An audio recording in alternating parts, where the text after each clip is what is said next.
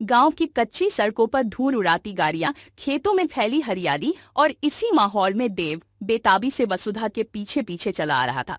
जी हाँ दोस्तों, सीरियल वसुधा के अपकमिंग ट्रैक में आप देखेंगे कैसे देव को आखिरकार अपने दिल की गहराइयों में वसुधा के लिए छुपा हुआ प्यार महसूस होगा। कहानी की शुरुआत होती है उस पल से जब गुस्से में आकर देव वसुधा को जाने को कह देता है और आहत वसुधा छुट्टियां लेकर सीधा गांव चली जाती है।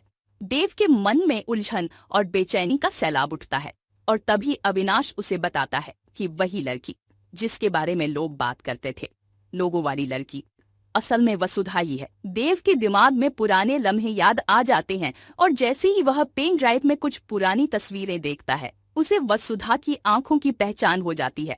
वो वही है जिसे वह तलाशता रहा, लेकिन देर हो चुकी है। देव जब उसके घर पहुंचता है तो परिवार बताता है, वो तुझे बताते ही गई थी, अब तो गांव निकल गई।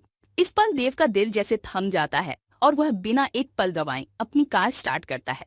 रास्ते भर वह बस स्टैंड का पता पूछता है, हाँफते हुए बेचैन निगाहों से हर तरफ देखता है, कहाँ है वो बस जो उसे वसुधा तक पहुंचा सके।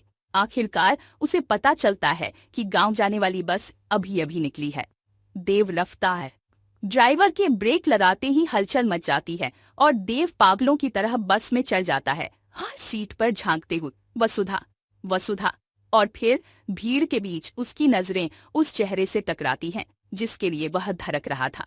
देव बिना कुछ कहे उसे अपनी बाहों में भर लेता है। उसकी आवाज भर्रा जाती है, वसुधा सॉरी, मुझसे बहुत बड़ी गलती हो गई। अब मुझे समझ में आ गया, लोगों वाली लड़की तुम ही हो। मतलब वसुधा अभी तक में जिससे प्यार करता था वो तुम थी। वसुधा की आंखों में आंसू हैं, लेकिन उसके चेहरे पर दर्द और सवाल दोनों हैं। देव का दिल अब साफ हो चुका है, वह मान चुका है कि वह वसुधा से प्यार करता है। लेकिन दोस्तों, असली ट्विस्ट तो अब शुरू होता है। जैसे ही देव अपनी भावनाएं बयां करता है, वसुधा गहरी सांस लेकर एक बड़ा खुलासा करने वाली है।